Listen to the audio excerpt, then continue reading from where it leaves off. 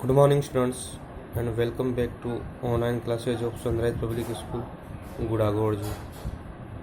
In last video, we discussed some chemical compound of chemistry in everyday life.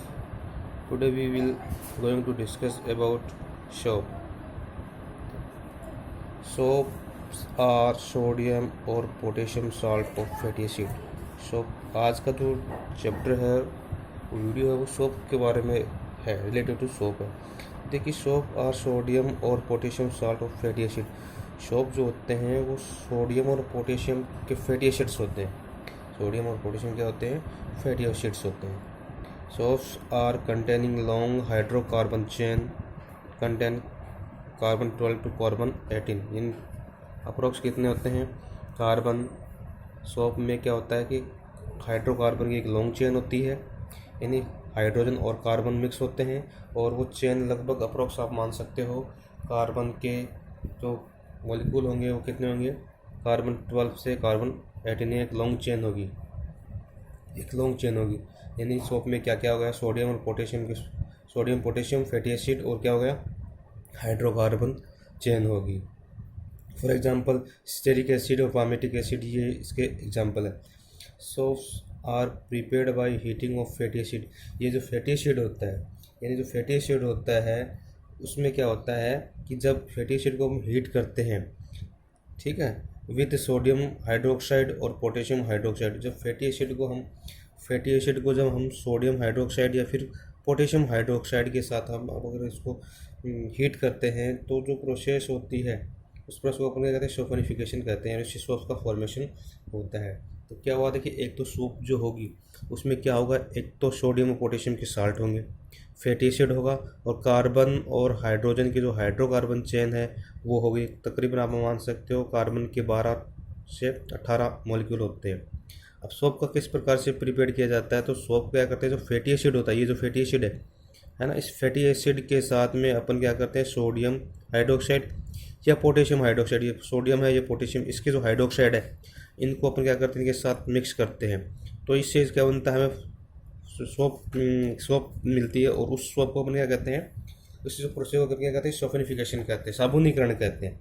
उस process को अपन क्या कहेंगे? साबुनीकरण कहेंगे. यानी सोप या साबुन बनाने की जो विधि है उसको अपन क्या कहेंगे? साबुनीकरण कहेंगे. तो सिंपल सी बात है कि सोप किस प्रकार बनती है? एक तो इसमें क्या होगा? फैटी एसिड होगा, प्लस में क्या होगा? सोडियम और पोटेशियम के हाइड्रोक्साइड होंगे. सोडियम और पोटेशियम की हाइड्रोक्साइड होगी. यानी सोप किस प्रकार बनती है? एक तो फैटी एसिड होगा, वसीय अम्ल जिसे बोलते हैं, फैटी एसिड को बोलते हैं वसीय अम्ल.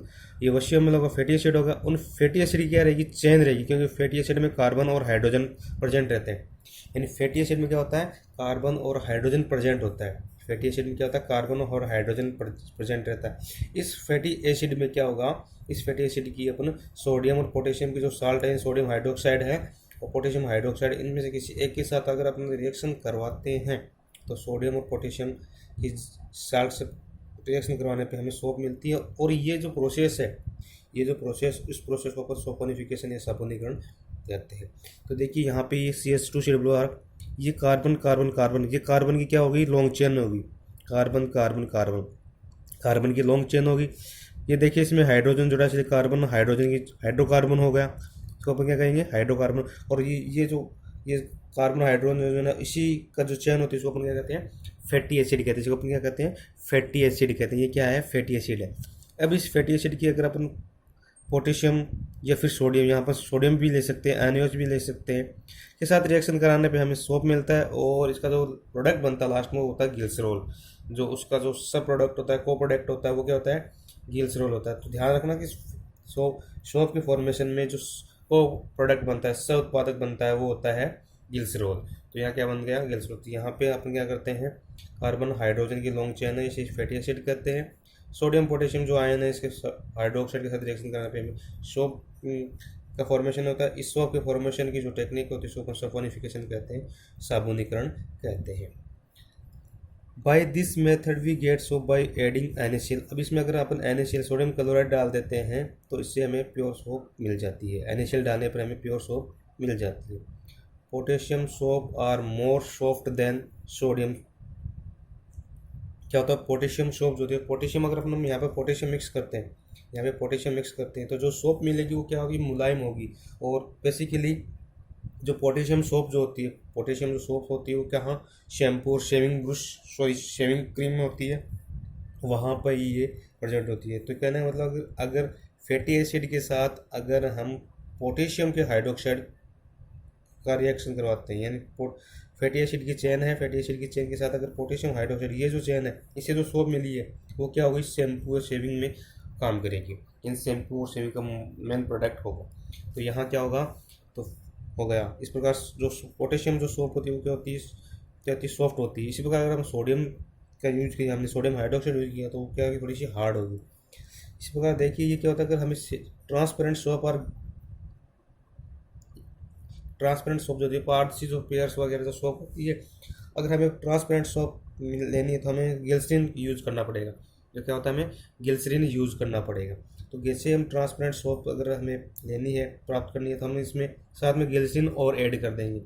सोडियम पोटेशियम के फैटी एसिड के साथ सोडियम पोटेशियम प्लस ग्लिसरीन और ऐड कर देंगे, तो वो सोप कैसी होगी, ट्रांसपेरेंट हो जाएगी, पारदर्शी बन जाएगी।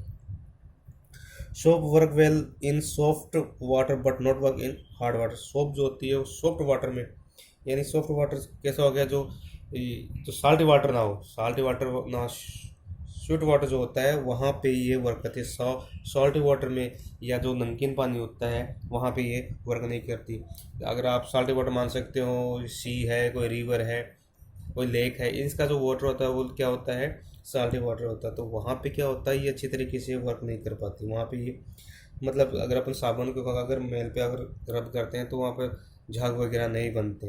इस प्रकार से ये सॉफ्ट वाटर में ये क्या करती है, वर्क करती है। अब ये हार्ड वाटर में क्यों नहीं वर्क करती, इसका रीज़न ये है कि हार्ड वाटर कंटेन सोडियम और मैग्नीशियम आयन। तो हार्ड वाटर जो होती है वो कैल्शियम और मैग्नीशियम आयन प्रेजेंट रहते हैं, क्योंकि हार्ड वाटर में क्या होता है, कैल्शियम और मैग्नीशियम आयन प्रेजेंट होता है। क्योंकि जो डेल्टा वगैरह बनता है वो कैल्शियम और मैग्नीशियम के रिएक्शन से बनता है। तो बेसिकली जो डेल्टा बनता है वो बनता है, तो कॉस्ट होता है किसी भी रिवर का या फिर सी का जो कॉस्ट होता है, वहाँ पे जो डेल्टा बनता है वो इसी की वजह से बनता है। कैल्शियम और मैग्नीशियम आयन की वजह से ही क्या बनता है, वहाँ पे डेल्टा बन जाता है। तो बेसिकली ये हो गया कि जो हार्ड वाटर होता है उसमें कैल्शियम और मैग्नीशियम आयन्स प्रेजेंट होते हैं। These are insoluble in water. तो ये कैल्शियम और मैग्नीशियम आयन जो होते हैं वो वाटर में सोल्यूबल नहीं होती है। तो ये जो आयंस होते हैं, कैल्शियम और मैग्नीशियम आयन जो होते हैं वो वाटर में सोल्यूबल नहीं होते। इस प्रकार से अगर ये हार्ड वाटर में, इस कारण से ये सोप होती है वो हार्ड वर्क में अच्छी तरीके से वर्क नहीं कर पाती। Soap are unable to clean clothes in hard water. इसी कारण ये जो सोप होती है वो हार्ड वाटर में काम नहीं कर सकती, अच्छी तरीके से धुलाई नहीं कर सकती कपड़ों की। This to overcome this problem detergent are use. तो इसकी जगह अपन अगर सब्स्टिट्यूट यूज़ करते हैं कि हमें हार्ड वाटर में भी हमें अच्छी धुलाई चाहिए, तो हम डिटर्जेंट का यूज़ कर सकते हैं, डिटर्जेंट का यूज कर सकते हैं। तो आज का जो लेक्चर था वो सोप से रिलेटेड था। तो आई होप आपको ये बात समझ में आई होगी कि सोप क्या होते हैं। तो एक तो बेसिकली सी बात ये है कि सोप जो होती है वो फैटी एसिड होती है, और फैटी एसिड जो होते हैं वो कार्बन हाइड्रोजन की चेन होती है। फैटी एसिड में जो होता है कार्बन और हाइड्रोजन की चेन होती है। अब इन कार्बन हाइड्रोजन का जो फैटी एसिड है, इसका अगर हम सोडियम और पोटेशियम आयन के साथ रिएक्शन करवाते हैं, सोडियम और पोटेशियम आयन की क्या कराते हैं, इसके साथ रिएक्शन करवाते हैं, सोडियम और पोटेशियम आयन की या सोडियम हाइड्रोक्साइड पोटेशियम हाइड्रोक्साइड की रिएक्शन करवाते हैं, तो हमें क्या बनता है, सोप मिलता है। और वो प्रोडक्ट बनता है ग्लिसरॉल जो होता है। और अगर हमें सोप कैसे मिले, ट्रांसपेरेंट लेनी है, तो इसके साथ इन आयन के साथ अपन ग्लिसरीन भी यूज़ कर देते तो हमें सोप मिलेगी ट्रांसपेरेंट। अगर पोटेशियम यूज़ होता है तो जो सोप मिलेगी वो होगी सॉफ्ट होगी, जो शैम्पू और कहाँ यूज़ होती है, शेविंग क्रीम में यूज़ होती है। अगर इसी प्रकार से अगर हम सोडियम यूज़ करते हैं, सोडियम हाइड्रोक्साइड यूज़ करते हैं, तो वो कैसी होगी, वो हार्ड होगी। तो आई होप आपको ये सोप के बारे में जो वीडियो समझ में आएगा। Thank you very much.